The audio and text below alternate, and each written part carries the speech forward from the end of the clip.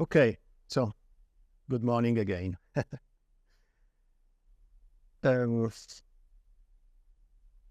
Lecture number 8. Today we finally get to the macroscopic world and models. But let me just remind you what we've done the last topic. We've seen the Chatelier-Brown principle as a consequence of some interesting relations that emerge from the fact that stability conditions involve quadratic forms of some of the fundamental where the matrix is second derivatives of the fundamental relation or of some other characteristic function like the Gibbs free energy or the Helmholtz free energy. And as a result of the mathematics of putting a quadratic form in canonical form, we obtain these inequalities that we have also interpreted in the sense of a theorem, because after all this is a theorem. We could call it the Chatelier-Brown theorem that has two assertions, namely the fact that the system responds to when you move it away from where it is comfortable. So when it is in mutual equilibrium, for example, with a reservoir. And we have seen that there are different types of reservoirs with which the system can be in mutual equilibrium. So the same idea apply for mutual equilibrium with all those kinds of reservoirs. The idea is that the system, if you do something to it from outside, for example, put in energy or put in particles or change the volume, the system reacts in trying to go back to where it was comfortable. So that's the first assertion. So if you put in energy, it will increase its temperature so that it increases its willingness to give away energy and return to equilibrium with the reservoir. But the second assertion, which is a consequence of this additional mass from the canonical form of the quadratic forms, is that it depends, the reaction of the system depends on which direction you take it away from equilibrium. And in particular, if you break conditions for mutual equilibrium. So, for example, if you have if the system can exchange volume, like in the example of the air springs, the system can exchange volume, and suppose that it is in mutual equilibrium also with the thermal reservoir, so at the same temperature. So there are two conditions for mutual equilibrium: quality of pressure and equality of temperature. If you change the volume while breaking both conditions, the system will react stronger than if you just break one condition. And that's the idea. And the difference is important. For example, in the case of the air spring, the difference in you get the reaction makes this volume act as a standard spring, but the spring constant depends on how many conditions for a mutual equilibrium you've broken while changing that volume. And the change may be of the order of, it's 40%. If you do it slowly so that the system has the time to remain in the same temperature So by exchanging energy with the reservoir, it remains in mutual equilibrium. Then you get a milder reaction than if you do it fast. And if you do it fast, you change both the pressure and the temperature, and so the system has two reasons to go back to equilibrium. Okay, so now we finally to the question, well, what's the difference between microscopic systems and macroscopic systems? What do we gain if we make some additional assumptions that will involve having many particles? Okay. So let me start with a few pictures, but also even a more simple idea. So, because there are several ways in which we can see the effect of what happens when we have few particles. For example, consider a single particle and consider the most basic description, which is the quantum mechanics description.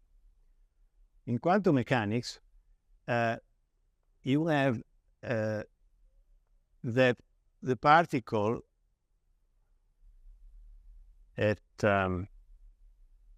is described, the position of the particle is described by a probability density function, which tells you that, so it tells you what is the probability to find, for example, the particle when you make a position experiment in this small interval between x and x plus dx. And in fact, according to quantum mechanics, that all you can predict is the probability. You cannot predict where the particle will show up the next time you call for where are you. Okay, so essentially the state in quantum mechanics is the probability distribution, or the set of probability distributions that allow you to describe all these measurement acts, but in a statistical sense. Okay.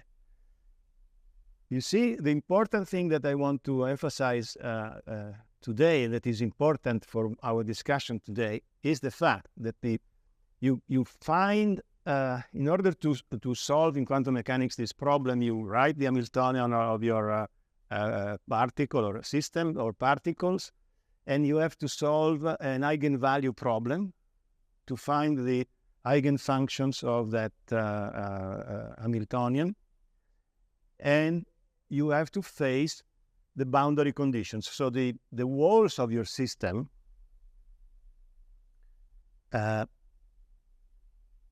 the things that we call external forces are represented by an infinite potential here on both sides, which forces the functions to go to zero at the wall. Okay. Then, of course, if you solve that eigenvalue problem, you find functions that you can look it up in any Wikipedia page. There is the various solutions and various eigenfunctions. And then when the system is in a stable equilibrium state, the overall probability is a mixture of those eigenfunctions. For example, here I took a paper in which there is not one particle, but 4 particles confined in a box like that, and at very low temperature. Now, very low temperature, that mixture of eigenfunctions make the lower eigenvalue ones prevail. And you see here that, so these are the distribution of particles, or probability to find the particles, for various cases, going from a boson, black line, to a fermion, to things in between. The common feature that is important to us is that at the wall goes to zero. So there is that means I would call it a rarefaction effect. You can think of it as a gas, a probability gas, but it's rarefied at the walls. Here is another paper, a review written by Professor Constantino, who is the mentor of this class. And in another realm, this is not quantum mechanics, it's molecular dynamics, the molecular fluid mechanics. So there is a solid wall, probably made of carbon, and what happens is that the particles, the interaction of the particles due to van der Waals forces, so these are repulsive and attractive forces like Lennard-Jones, and we will talk again about this, but for the moment I presume that you have some ideas about that. Due to these forces, and due to the fact that the wall is a fixed layer, and it imposes the forces that do not move, whereas on the side of the bulk of the fluid, the particles move, and so there is more random action of forces. The ordering imposed by the wall implies an ordering and layering of particles at various distances. There is a first preferred distance, and then there is a second, third, and so on, fading out as the randomness become more important away from the wall. So this is also a sort of wall, I would still call it rarefaction effect, because in very close to between the first layer and the wall, there is nothing. The particles don't like to stay there. This in fluid mechanics has importance because it's related to the problem of the no-slip condition. If you are a fluid mechanicist, when you have few particles, you have to deal with this problem. And this is another example. Again, watching density distributions of a gas. Now here, it's not few particles, it's like 10 to the 5th atoms. It's not very few. Still, in these cases, you see density wall effects with rarefaction very near the wall, and then there are peaks where the particles like to stay near the wall more than in the bulk. Now 10 to the 5th is not small, but it's not large. Okay. So what is, why is this important?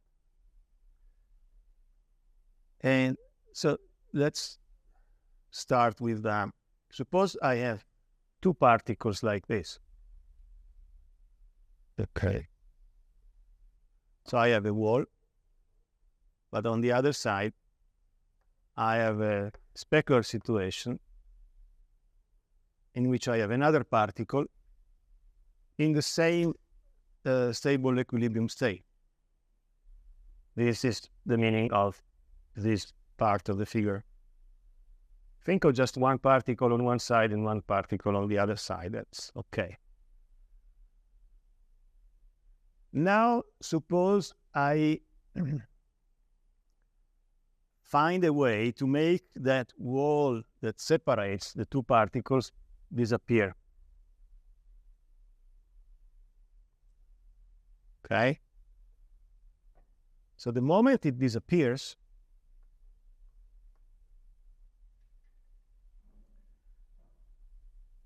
particles don't know yet. You just removed it. They're still there. Let's say, oh, hey, there's more room available. There is more volume we can fill. So there will be a spontaneous process whereby the particles will fill that volume and eventually will reach a new stable equilibrium state. Let's say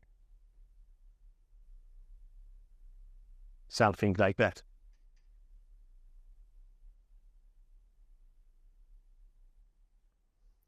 If we look at it on with the help of the E versus S diagram, which is very useful here, I have drawn the E versus S, the stable equilibrium state curves, fundamental relation of the two systems that we have considered. One is the system in which there is a partition that divides it into two. The other is the system without the partition. And that system without the partition, for that one, we are considering two states. The state we started with, when we just removed the partition, it's a non-equilibrium state, so much that we know that we'll evolve towards the stable equilibrium state. So this point here represents, for the system with the partition system as the initial stable equilibrium state, but it also represents the state of the system without partition, and it's the non-equilibrium state for that system. So here we call system A the one without the partition, and system 2 lambda, I mean lambda plus lambda, so it's 2 lambda, the system with the partitions. The reason I draw them on this same spot, meaning that they have the same energy, same entropy, is a consequence of the idea that I have found a way to remove a partition without perturbing the system, without putting energy in, without any external exchange in no time, so that essentially I don't change any of the properties. Ideally, you could do it. And the fact that I have put this state to the left of the final stable equilibrium state is that, intuitively we know that the particles will evolve by filling the entire space. So that's the direction in which the system will evolve, not vice versa. If I have put this state on the other side, it would mean that the system would separate spontaneously, which doesn't happen.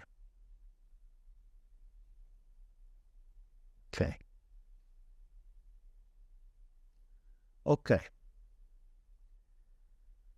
So the first consequence of this is that the entropy of the stable equilibrium state of the two particles that have the same energy, initial energy, because this system it all happened in an isolated system. So the entropy of the final stable equilibrium state is greater than the initial entropy of this state or also of this non-equilibrium state. That is by the principle of entropy on decrease. A spontaneous process goes only in the direction of increasing entropy for an isolated system. So what is that changes when you have many particles? Somehow I have already used this idea here. When you have many particles, because here I go from 1 to 2 particles, the slope of this probability distribution at the wall becomes steeper. So in other words, the more particles you have, the smaller is the rarefaction layer next to the wall.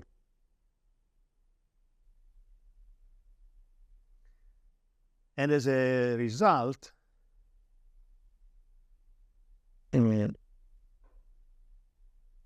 see here,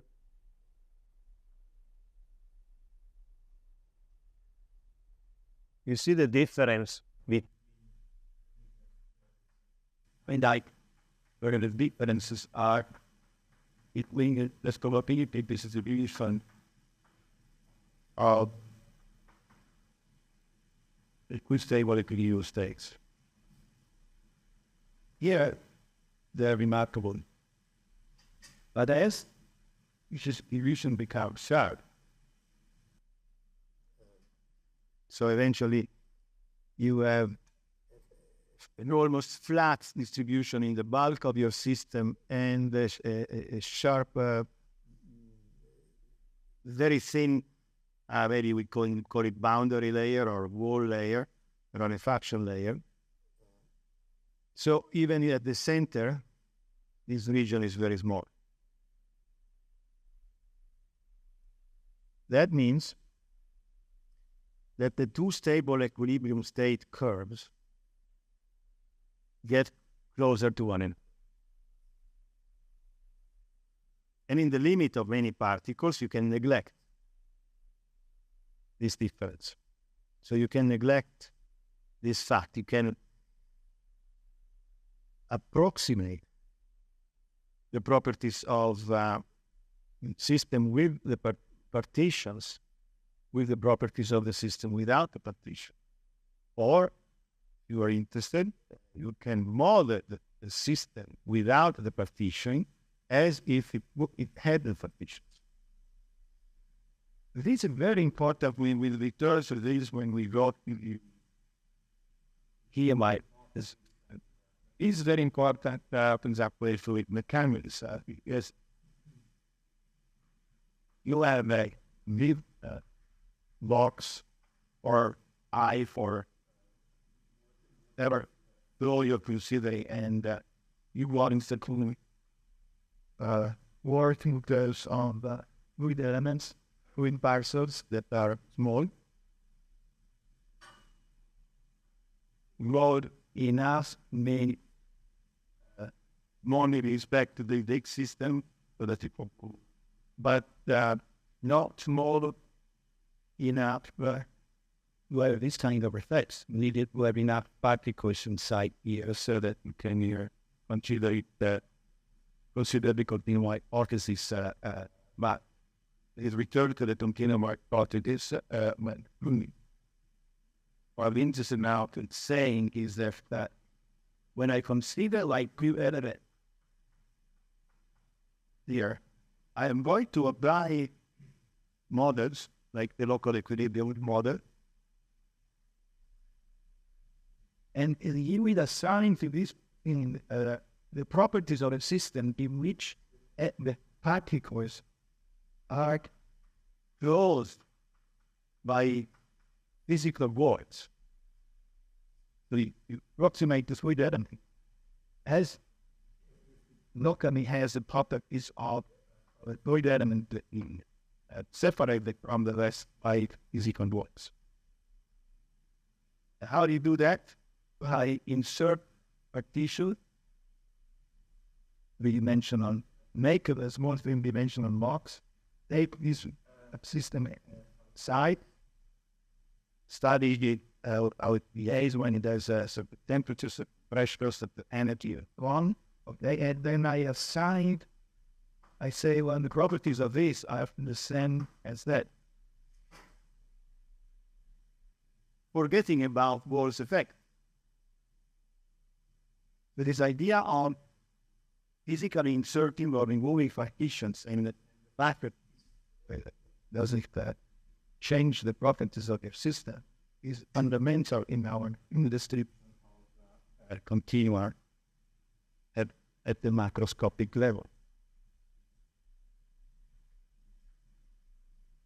Okay.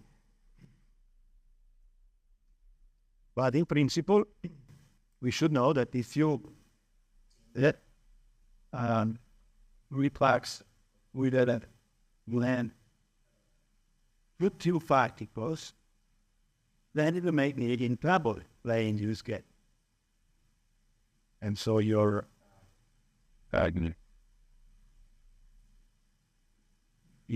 assumption that using made, which involves local equilibrium, field hypothesis, also should take care about the many particles of fluxes.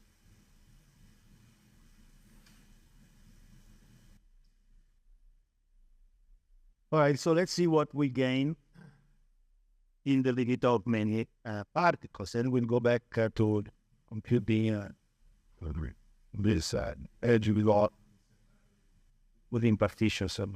Let's see what we gain. So here's a more schematic idea. So suppose we have our system A is this one, where we have whatever particles, a given volume.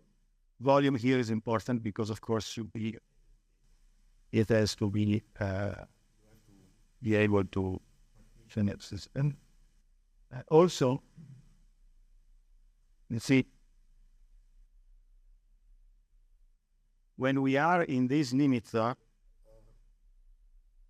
since the rarefaction effects become unimportant to the boundary, essentially the geometry of your container loses importance. For example, here, where in this this picture here shows very well that the geometry of your container does play a big role. So if you have, if you go to this paper, there are other geometries that are shown, nice pictures. You see that the way particles layer out, this Mercury layer, layers walls, depends, of course, on the shape of the container. And therefore, the properties of stable equilibrium depend on the shape. But in the limit in which those wall effects become important, only the overall volume of the container, not the details, are important. Because in the bulk, the distribution becomes uniform. So it's uniform everywhere. Okay. So here, suppose we have our system, and suppose we partition it into lambda partitions. Here we call it lambda, later we call it n. So that means that on this side, this is a composite system. It's still in stable equilibrium state. Each one is in a stable equilibrium state, like this is the system we started on here on the blackboard. And we assume that we have partitioned in such a way that not only the volume, but also number of particles is exactly 1 over lambda. The overall, the volume is 1 over lambda overall, and the energy is 1 over lambda. All right. So now remember what the fundamental relation means. For example, here, fundamental relation means that it gives us the properties of all the stable equilibrium states as a function of energy, volume, and amount. So it is valid. It is a function, the same functional form, maybe e squared, e cubed, log of n, things like that. So it's the same function for all values of E, V, and N. So I can compute it also for E, but also for E over lambda. The same function, if it is the same mixture of substances, for example, for lot of energy or small energy, large volume, small volume, many particles, few particles. As long as this few doesn't get too few, that's okay. I mean, it's okay what we are going to say. So at this stage, it's okay in general. But what we said here is that these curves, this is a partition curve. It's the summation, it's this side. So it's this much for each subsystem. So if you have lambda of those, you multiply it by lambda times S, because S is an additive property. So you can, the entropy of the overall is the sum of the entropies of the parts. And so this composite system has an entropy lambda S. And this S of lambda. Whereas system A has an entropy S of A. In general, this has bigger entropy than that, but in the limit of many particles, this difference becomes unimportant, and so we can approximate that the two are equal. That's what we call the simple system model. You don't find it around with this name except in our book. Perhaps the choice of the name wasn't so fortunate, but it expresses what you find under the title of thermodynamic limit in physics. So that's how it's called, this idea.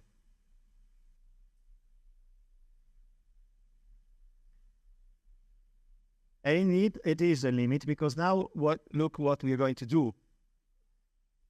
We choose a finite value for lambda, so we partition the system in a finite number of partitions, and it has to be finite in order for the number of particles inside each to become not too small.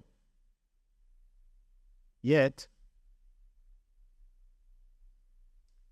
if lambda can be large enough, practical purpose, so that you have many particles, 10 to the 23, and if that lambda could be, say, 1 million, and still in each partition you have 10 to the 17. So that means still a lot of particles. So from the practical point of view, when you have so many particles, you can think that this lambda can be any number. Yes, it could be integer, but I mean, who cares? Between the integers, there are the reals, so let's just make it real. Okay? So you make this mathematical assumption. Essentially, take this formula here and make it valid. Make it as valid for any lambda, integer or real, doesn't matter. So you formally assume that the fundamental relation has this property, and this property for a function in mathematics. It's called the homogeneity of first degree. So the fundamental relation is a homogeneous function of first degree in all of its independent variables. Divide each one by but the same lambda. Then multiply the result by lambda, you get the value of the function for the original values of the independent properties. Right? This is an important assumption, of course. It's a heavy assumption, which has this physics for us to support it. And when you do it,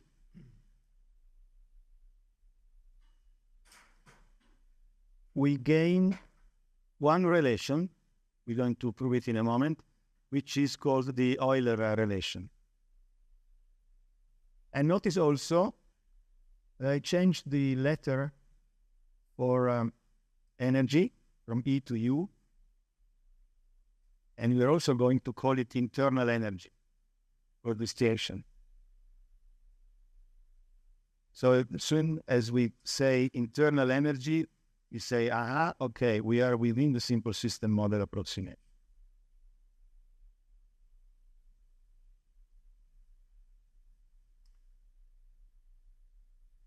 All right, so how do we prove that relation? Well, it's simple. One way is, since it has to be true for all lambdas, take the partial derivative of this with respect to lambda.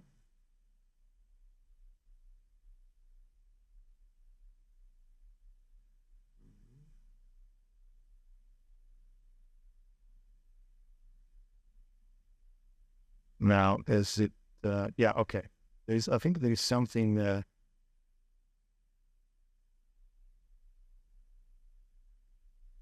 something fishy in this.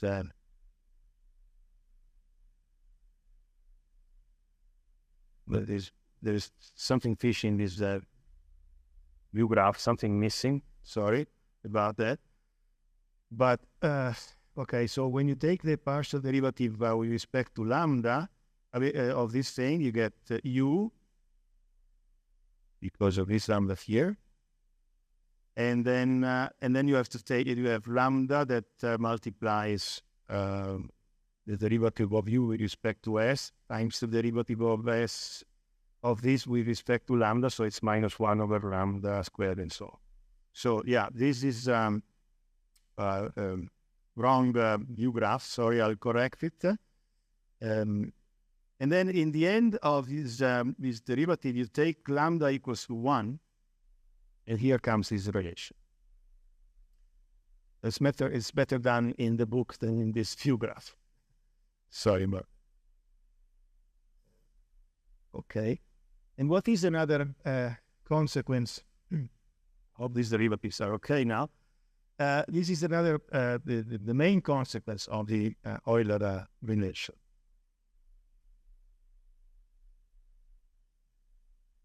Is that we can define, it makes sense to define specific properties. So for example, I have the energy, I'm not going to call it E, I'll call it U.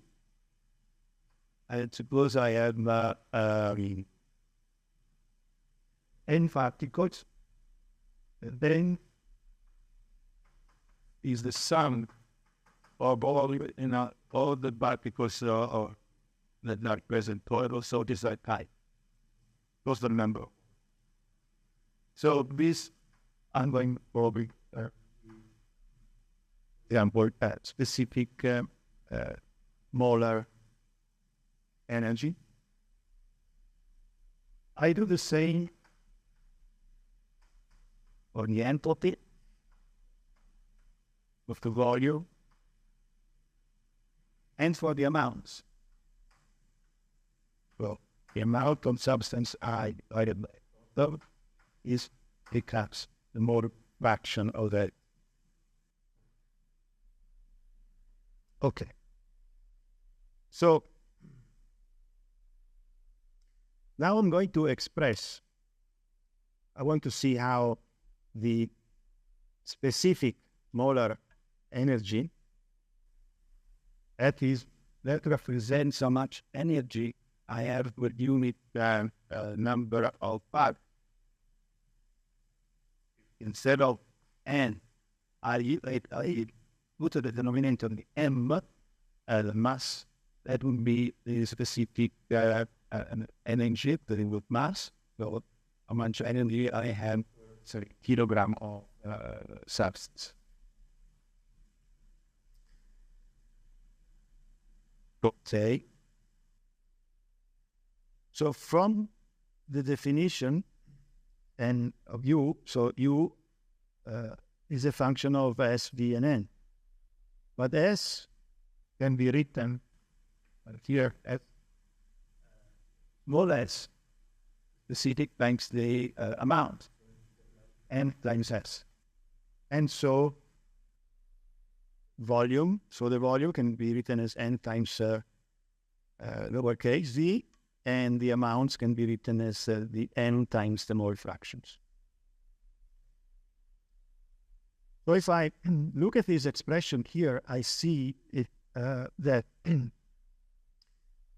specific energy does depend on the specific entropy, specific volume, the mole fraction, but it also depends on N, because the N appears all in several places here, right?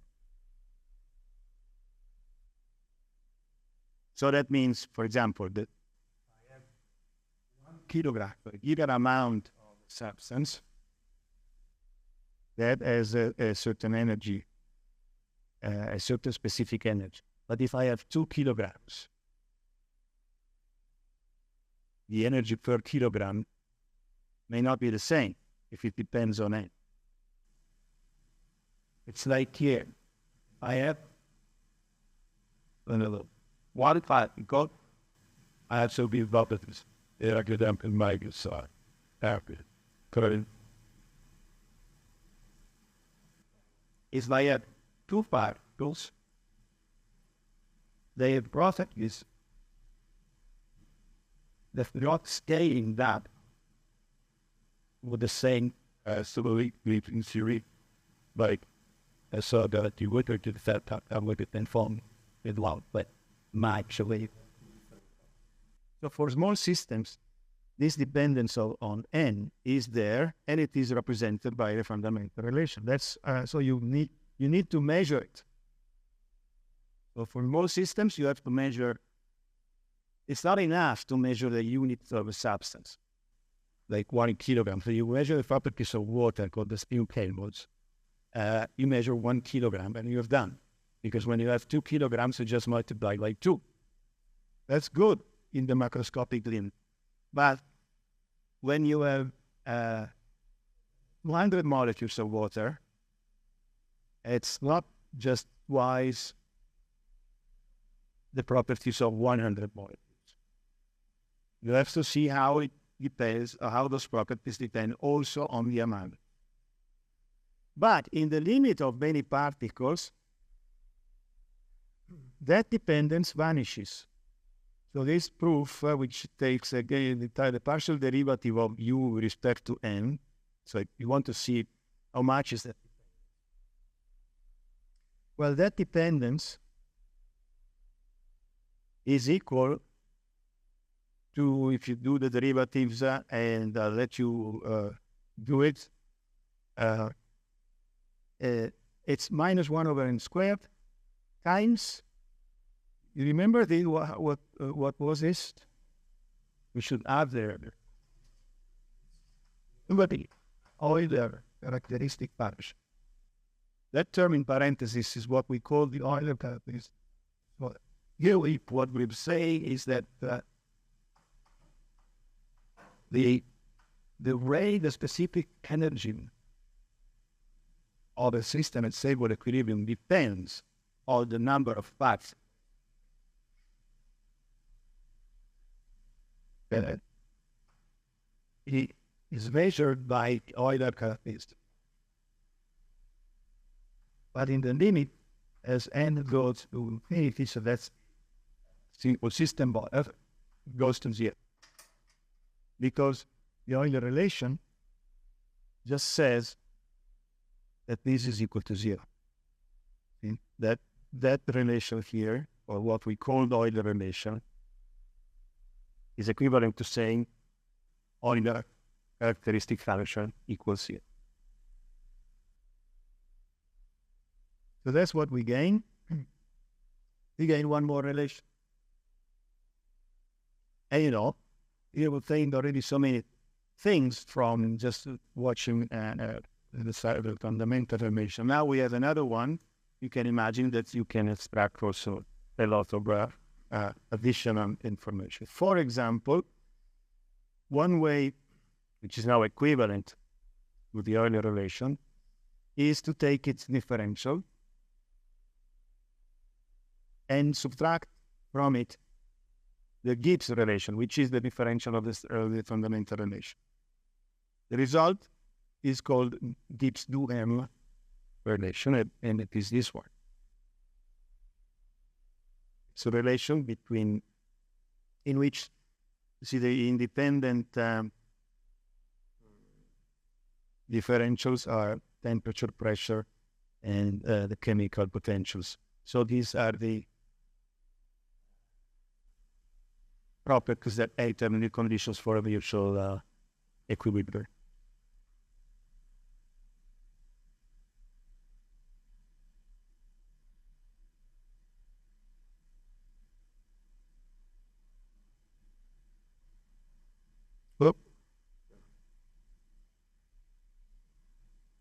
Okay.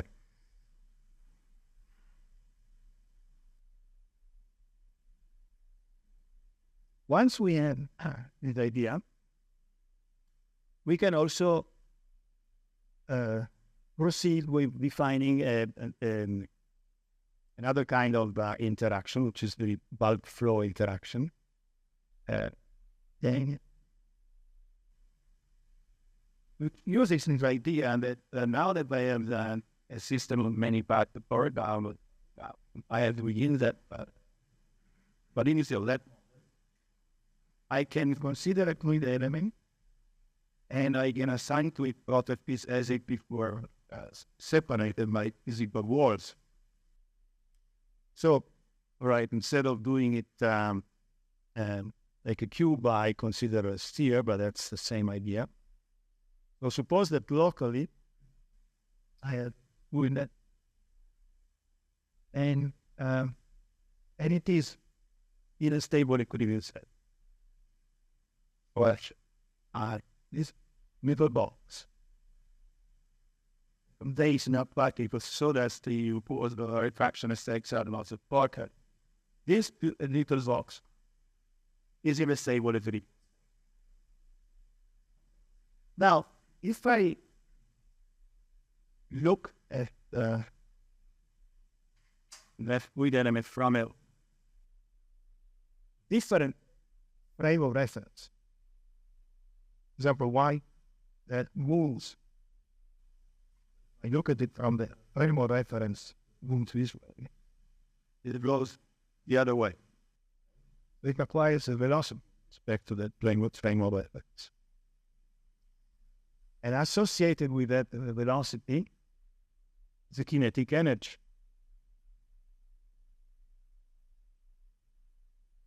In addition, if I look at it from an accelerated reference frame, then that has the same acceleration as the gravity, g,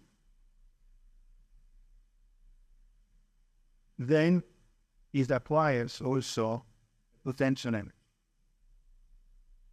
Is mechanics.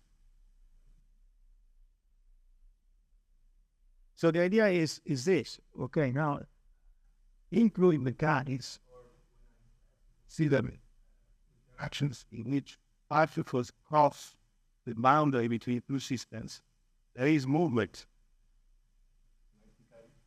Choose as reference plane, and that's of the boundary where the particles that are crossing. They have velocity. But for each of these particles, I can always find the reference frame in which it is not moving. And even if it is in presence of a gravitational field, for each of these particles, I can find an accelerated frame where it is not moving. With respect to those frames, there is no kinetic energy and no potential energy. So somehow, this kinetic energy and potential energy has effect that can be added or removed by just changing the reference frame.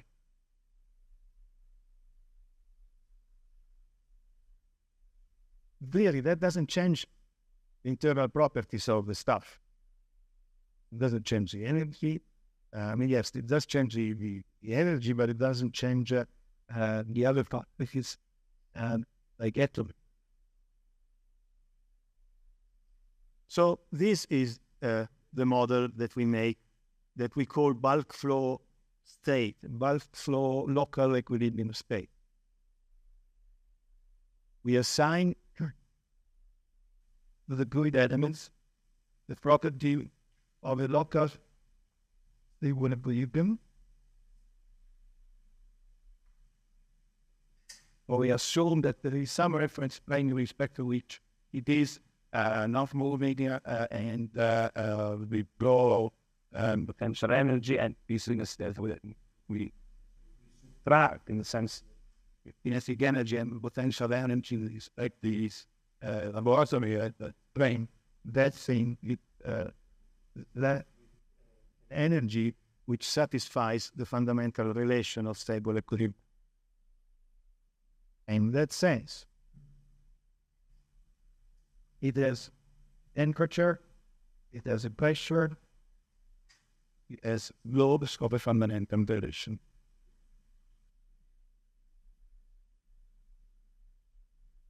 Okay. So that's step one, defines a local equilibrium model.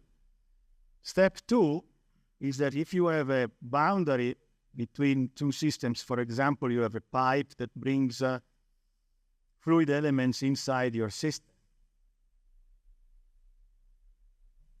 So we usually, this is an open system, call it an open system. And we usually represent as a boundary, the formal boundary, as imagine it's in our mind, there is a boundary between the pipe and the system. But this boundary isn't physical. Yet, in order to model the interaction, we suppose it is physical. Suppose we can put a physical partition, which we are allowed because we are within the simple system model. So let me put at a time instant t, let me put a partition that separates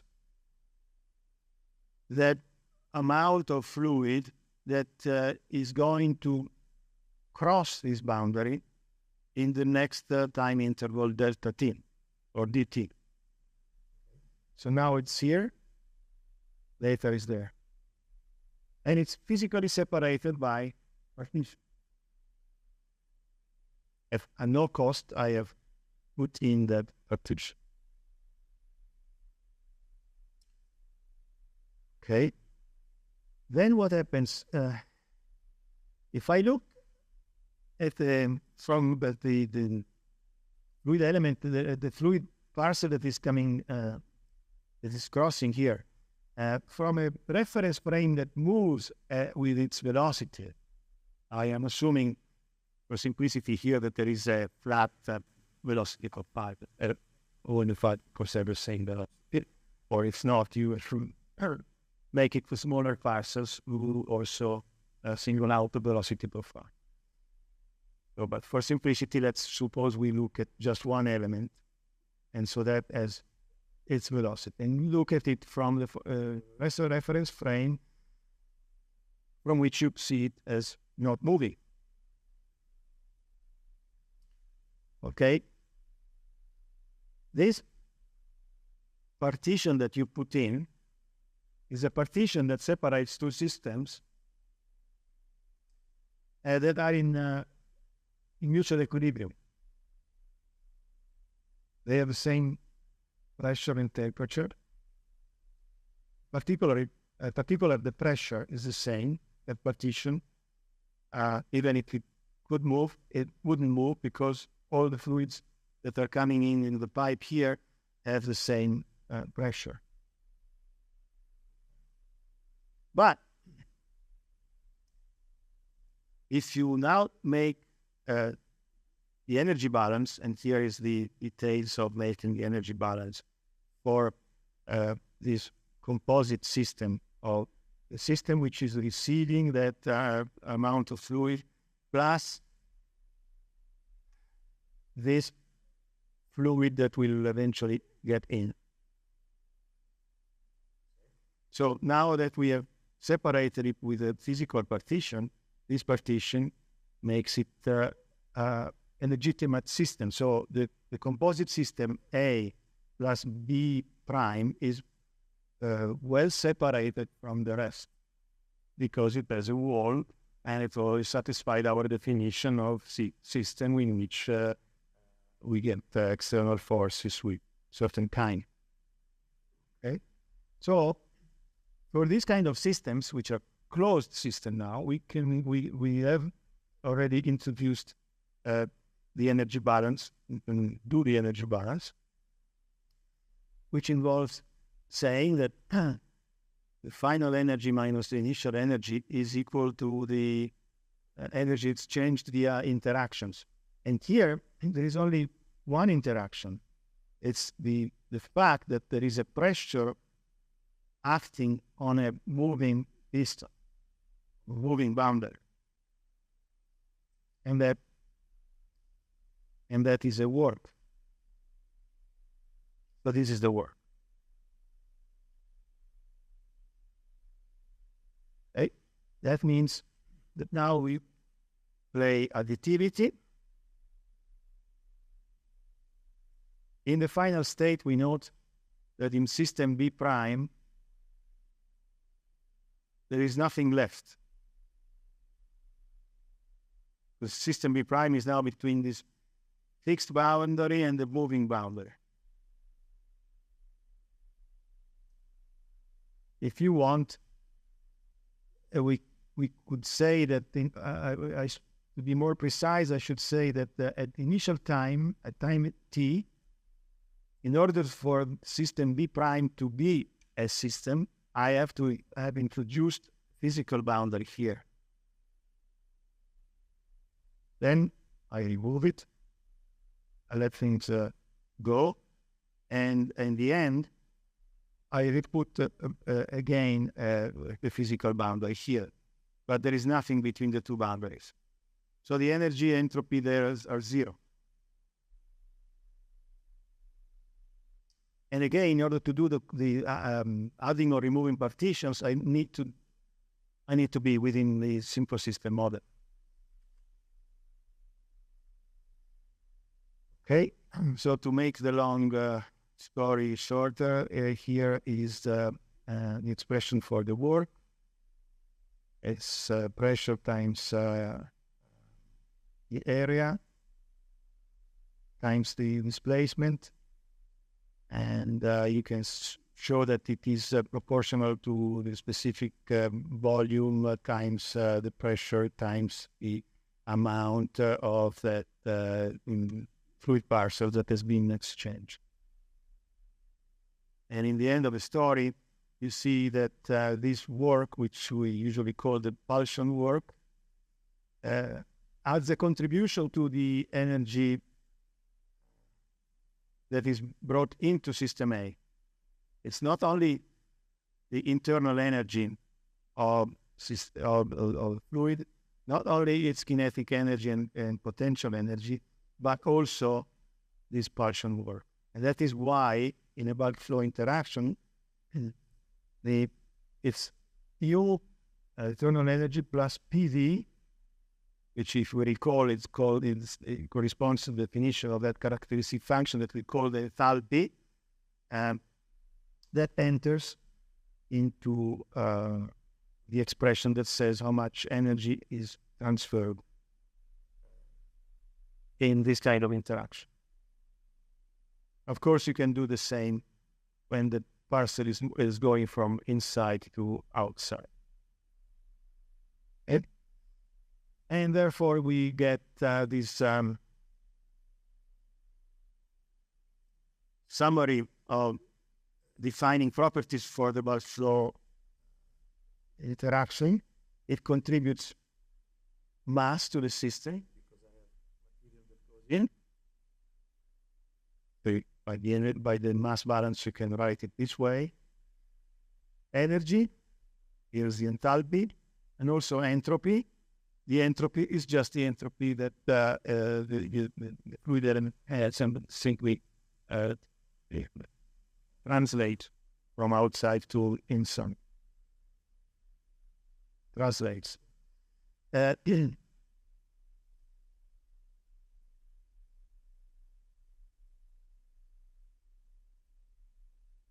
Okay, in, out. You can also do this per unit time. And you can, therefore, now with this additional type of interaction, you can write balance equations for a system that is subject to all sorts of interactions. For example, here we have a heat at or temperature TA. Typically, we use the letter A or the letter 0 for the environmental conditions. Here we have a heat interaction at some other temperature, maybe cold. This one at another temperature. We may have work interactions of various types, like a shaft bringing in mechanical energy, electrical wires bringing in electrical energy. These are all work equivalent. Or a moving boundary against the pressure of the atmosphere. That is also a work interaction. And plus we may have many bulk flow interactions. And as we have seen, in order to characterize a bulk flow interaction, we need to characterize the bulk flow states of the fluid elements that are carried in and out. So you need the enthalpy, the local enthalpy, the local entropy, the velocity of the fluid elements, and the local height in the gravitational field, so that you can compute the potential. Of course, subject to all these interactions is going to be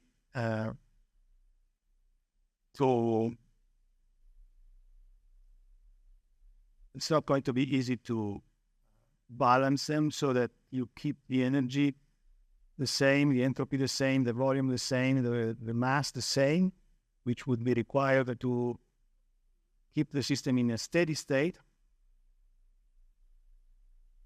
But very often, that's exactly what you do. For example, this is a power plant, and you want to operate it in such a way that it doesn't consume itself, it simply processes stuff. So you need to balance what goes in with what goes out. And while you do that, it definitely, most of the times, produce entropy by irreversibility. So these are the balance equation for mass. The rate of change of the mass is the net mass flow rates that go in and out. Here, to simplify the notation, I consider m dot with the arrow just in, so it's positive, it's in. That means that if I want to represent something going out, I will need the negative. Or you could split this summation into two sums and put on one sum the masses that go in and minus the summation of the masses that go out. That's so also this for the energy. The rate of change of the energy is equal to the net amount of energy transferred by interactions. Here are the heats, the works, here are the bulk flows. And for the entropy, the rate of change of the entropy of the system is, first term here is the entropy exchanged, either via the bulk flow interactions or via the heats. And then, well, how about this sign? What do you think? That's an error, okay? The entropy plus the entropy produced by irreversibility. That needs to be corrected. Just I probably left it there to see if I'm awake enough and you are awake enough to spot it. But so we did. And once we have these balance equations, we can manipulate them or solve problems in a large community of engineers that have played with these equations. There's developed this idea of exergy and exergy analysis of energy systems. It adds nothing to these equations, except perhaps it helps in reading them. It adds nothing because it is based on a linear combination of these equations. So mathematically, all the information is contained in here. So this is the basic. We definitely need to make an energy balance and an entropy balance. If you don't like working with entropy, and we prefer to work with a linear combination of energy and entropy, fine, then you call it Exergy balance. And so one way to combine these equations is to take one of these forms that is to take the second equation, the entropy balance equation, multiply it by some temperature. And it is convenient to choose the temperature of one of your heat interaction. And it's even more convenient to choose the temperature of the heat interaction that is considered free of charge. For example, if your machinery operates in in an environment like the air, your air conditioning at home works in the air and uses and dumps heat in the environment, I would use that temperature as the temperature that I use in this linear combination. If instead your power plant is cooled by the water of the river, I would use the temperature of the river. In any case, so you take that, multiply, and then subtract it from the energy balance.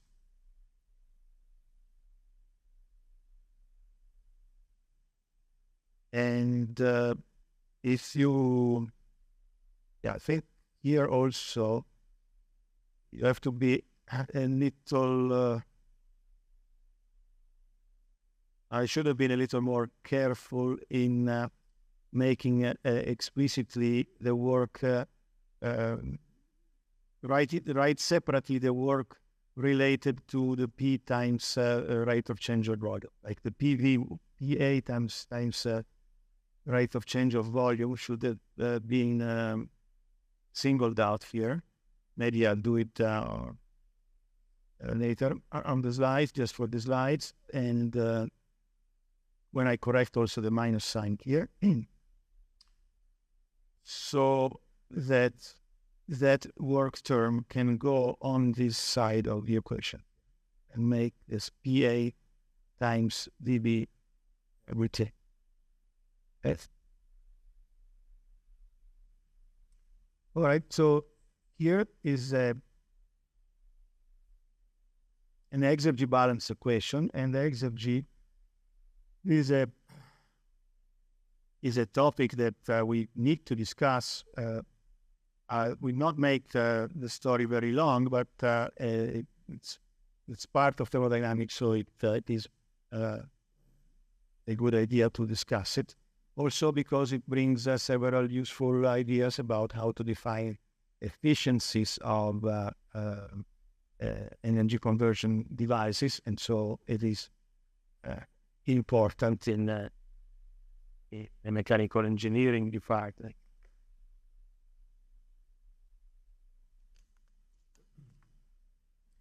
We will see. Okay, we already have seen that combinations like that. I think we use the letter T, capital Phi, to represent his availability function, E minus T Rs plus P RV. So this says that's the rate of change of the availability. But exergy and availability are the same idea, same concept. There's two words for the same idea. Heat times Carnot coefficient. And the Carnot coefficient is between the temperature of what I've chosen as my environment and the temperature at which the heat is exchanged. This represents, for a given Carnot engine, the maximum work that you could extract by exploiting that heat interaction, having available an environment at temperature T0. And so this is the exergy associated with that heat interaction at temperature T0. Work appears directly, not multiplied, not corrected, because work is already available to, let's say, if you have some work, you can do useful things directly. You don't have to convert it. The work is already, in a sense, exergy. Because the word exergy really means the essential part of the energy, so the useful fraction of the energy that it's either within your system or an energy transferred. So the concept applies both for the additive properties of the system that energy is, or the modes of energy transfer. Heat, work, and here is also the exergy expression for the bulk flow interactions. And out of this, do the proper sign here, you get a minus, and here is correct, minus T naught times S dot irreversible. This is the dissipation, the terms that represents the destruction of exergy. And like entropy cannot be destroyed,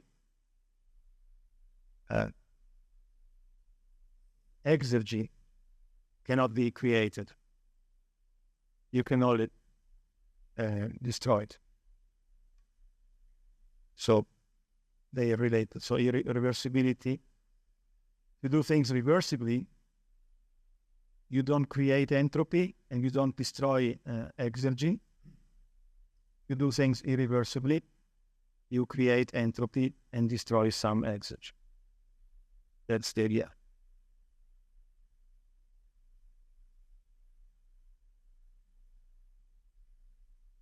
And so since we are at this business of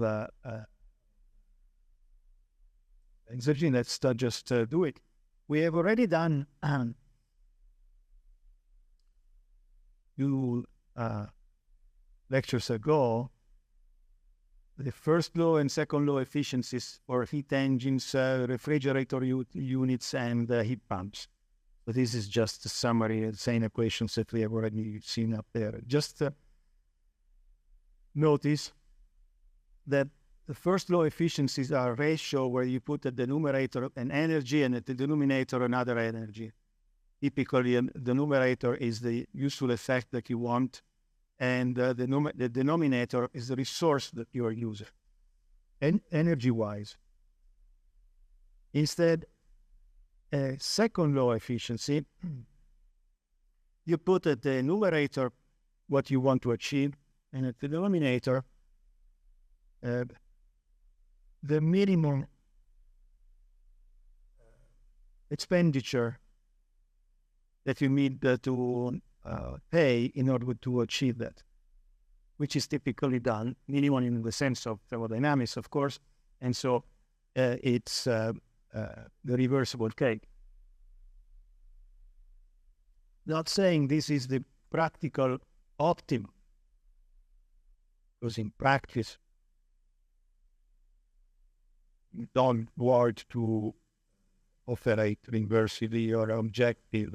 Is rarely to operate reversibly, because if you operate reversibly, most of the times you have to do it in such limiting conditions that you get nothing.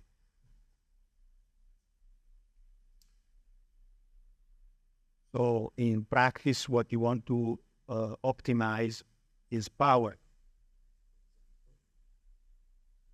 or the combination of power and efficiency, depending on the cost of equipment. Because, of course, the more you put in terms of sophisticated equipment, you may achieve higher efficiencies, but the cost may kill you, so you have to compromise. Therefore, there are other terms in the equation of optimization in terms of practical. So here we are just talking about this is the limitation of the second law efficiency, is that it gives in the denominator, which is your term of comparison, the reversible process, which may be too far away from practicality. One sort of halfway solution would be to put there the work required by the best available technology to do that particular job. In that way, at least you compare the efficiency of your device with the efficiency of the best available technology. And of course, if your device is better, your efficiency will be higher than 1, and eventually your technology will impact and will become the best technology class too. All right, so this view graph simply summarizes again the idea of first law, where you do energy associated with the useful effects divided by the energy associated with the resource that you have used, which could be burning a fuel or using solar energy.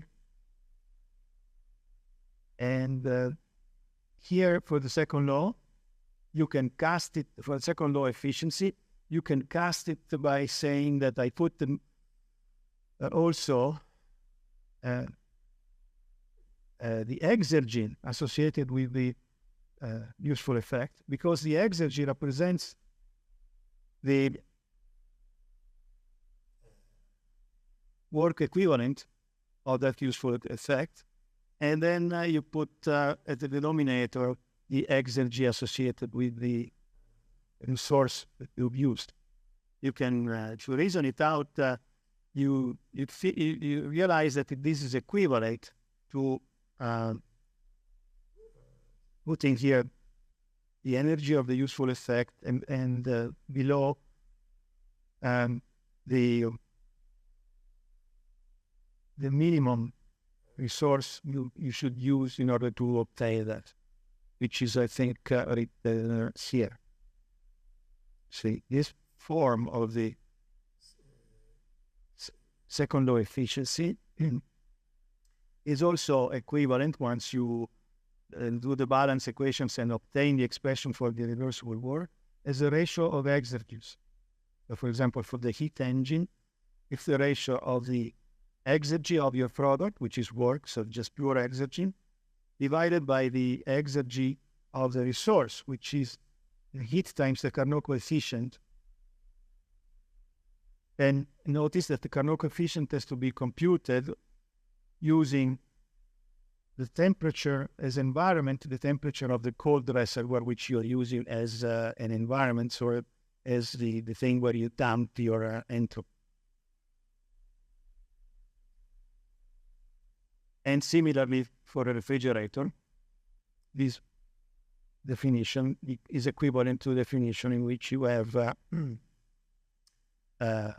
exergies, numerator and denominator. Now, for a refrigerator, this is the exergy of cooling with a cooling load QB times this is equivalent to a Carnot coefficient. Minus signs becomes a Carnot coefficient. But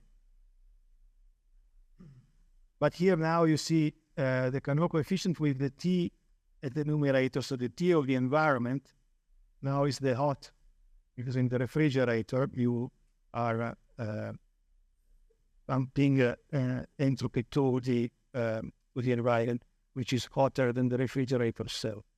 And similarly here for the heat pump.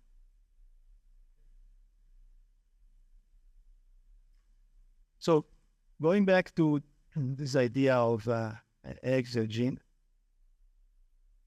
so the word exergy or the word availability, in the old times there were fights. Well, how should we call it? There has been, I participated in conferences where people were really fight.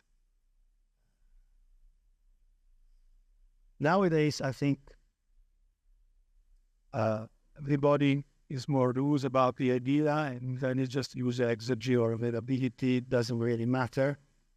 It's a generic concept of. So exergy does not have one definition. Different forms of exergy. For example, we encountered many already. For example, the adiabatic availability is a form is one exergy. It's the exergy associated with when you restrict yourselves to weight processes. Well, you can call that like an adiabatic system, a system that undergoes all the weight processes. You can call it adiabatic. Or we have seen that if your system is in combination with a thermal reservoir, the maximum you can do, the maximum work you can do depends on the type of reservoir. The reservoir has fixed volume. We have this that we call available energy, omega R. But then we have defined also available energy with respect to other kinds of reservoirs. where the reservoir can change also volume, or maybe the osmotic reservoir where you can exchange it through a semi-permeable membrane only one type of substance, or a completely open exchange in which your system can exchange volume and any of the amounts. These are all exergies. Different formulas, same word. Work is just pure exergy. A heat interaction, just said. So the exergy associated with the heat interaction at temperature PQ is given by the heat times the Carnot coefficient. Exergy requires, as before here, requires a reservoir as a reference in some cases, not in here. For a heat interaction, it does require that. And need to specify what kind of, so you need to specify, to choose a temperature. So it's relative, and exergy is relative to a choice of a particular reference environmental temperature. Yes. So even that makes it a broad concept. So you can define the exergy for a cooling, heating, cooling interaction. And for example, suppose you have a machinery that operates like a Carnot engine, and this is simple case in which we have two reservoirs. But suppose that neither the hot reservoir nor the cold reservoir are environmental reservoirs.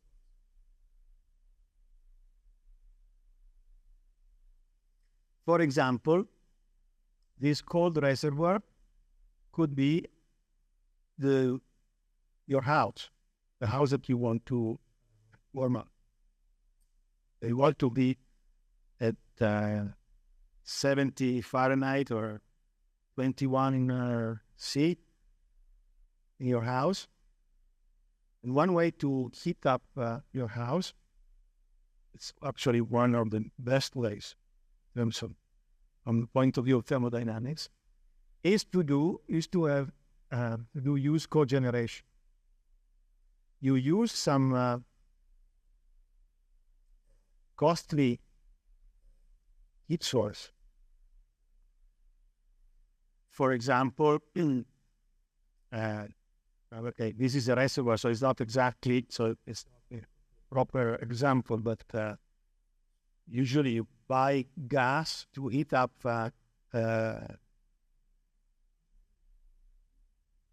water, and then you have your water circulate in like here, heating elements, and that hot water is going to heat up the air in your room. So you're using a gas with which you could reach very high temperatures. And all you do is, by a series of heat transfers, use it to produce something at a temperature which is very close to the environmental temperature. That's a very dissipated way of doing it. We have been doing it all for a long time like that. We're still doing it. Like that's the way it's done in my apartment building where I live right now. And but that's not the good way. It's a very inefficient way. Cogeneration is the idea that you take that high level energy And before you you do as much as you can with that. You do, for example, run a power plant or run a engine. For example, you could run a car engine. This is our called total energy modules, like car or truck engines, or maybe ship engines, depending on the size, where you burn your fuel, make mechanical energy. With that mechanical energy, you produce electricity. And then, since your engine needs to dump entropy somewhere, instead of dumping it directly into the environment, you dump it into the heating system of your house. And then it will, your house, take care of dumping the energy, the leaks, to the environment. So you get this heating as a byproduct or as one of the two products of your system, which is a combined heat and power. So it's called cogeneration of CHP solution. And in this way, you've used that energy at best. So this would be, say, the available best available technology. For example, in the town where I worked 30 years longer, which is Brescia in Italy, this idea has been taken very seriously starting in 1973. And now about 95% of the volume of the town, and it's a town with the size of Boston, it's heated in this way, with cogeneration power plants that dump energy into a district heating system. So you get this hot water going around the town, under the roads, and reaching all the houses, and then with heat exchangers, you do the heat. More recently, 20 years ago, they also added a more complex system in which you also not only use fossil fuels, but you use also waste. You burn the trash that is not recyclable, and they also integrated with the hybrid way with some solar. So it's an entire system aimed to efficiency for heating the homes. I know that many are thinking about doing things also in the States, but here the problem has been that the reason that these things have not evolved is the cheaper cost of energy addition. One incentive for improving efficiency is the cost of energy. Higher the cost, people invest to spend less. Yeah. Once we are. We would.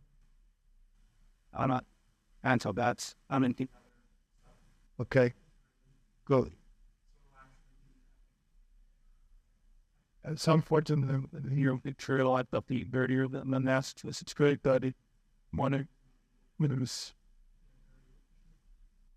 glad to know it. Yeah. Yeah, probably. I thought that somebody was thinking of also, doing it for the town. The problem is that it takes a lot of investment, and the way it got started in Brescia was that the municipal company was the company that would run also the roads, would run a lot of public services, including transportation, and so they could sort of decide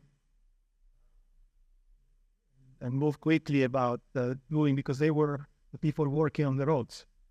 So, putting pipes, because you need to put large pipes under this. If you do it internally, it is easier. And also they did it in such a way that there's another issue is people would want to be to get connected to the district heating system, but sometimes it's more efficient to start with big buildings and then go to smaller ones. So this kind of decisions are a bit political, and so these are issues. Okay. So we are late.